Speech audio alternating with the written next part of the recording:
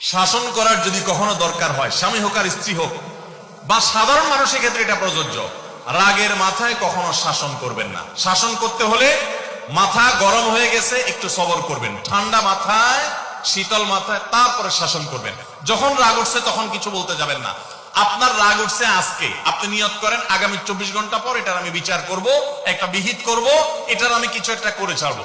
24 ঘন্টা টাইম নেন, ইনশাআল্লাহ আপনি নিশ্চিত থাকেন 24 ঘন্টা পর যদি আপনি এটা নিয়ে বসেন তাহলে আপনার এই বসাটা অনেক বেশি হবে ন্যায়সঙ্গত।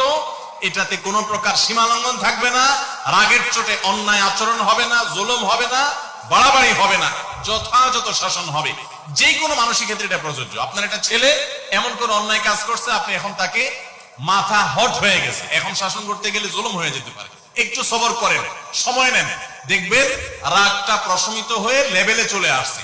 এরপর যদি শাসন করেন দেখবেন জুলুম হবে না। তো স্বামী স্ত্রী উভয়ের ক্ষেত্রে একই কথা প্রযোজ্য। ঝগড়া যখন করতে মন চায়, মেজাজ যখন গরম হয় তখন না করে একটু পরে করেন।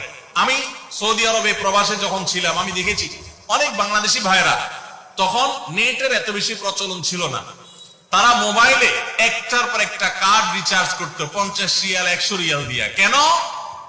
শুধুমাত্র বউয়ের সাথে ঝগড়া করার জন্য। কিসের জন্য?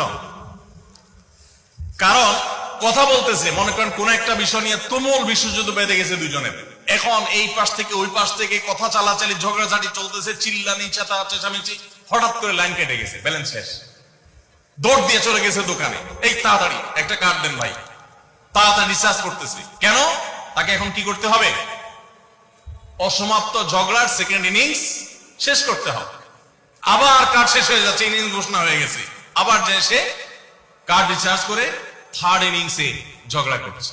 কত বড় বেকুব চিন্তা করে, কত বড় নির্বুদ্ধিতা।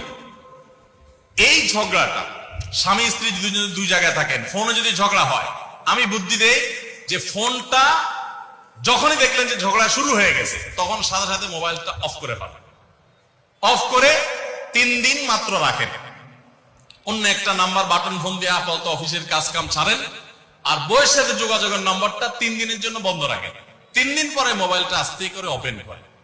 এবার নিয়তি করেন যে ঝগড়া এটাই হবে, বরে বলবেন দেখো তোমার সাথে ঝগড়া এখানে এই পর্যন্ত থামতেছে, আমরা এখান থেকে আবার শুরু করবো ইনশাল্লাহ 3 দিন পর। 3 দিনের বিরতি দিচ্ছি, যুদ্ধ বিরতি, যথারীতি 3 দিন পরে আমরা আবার শুরু করব।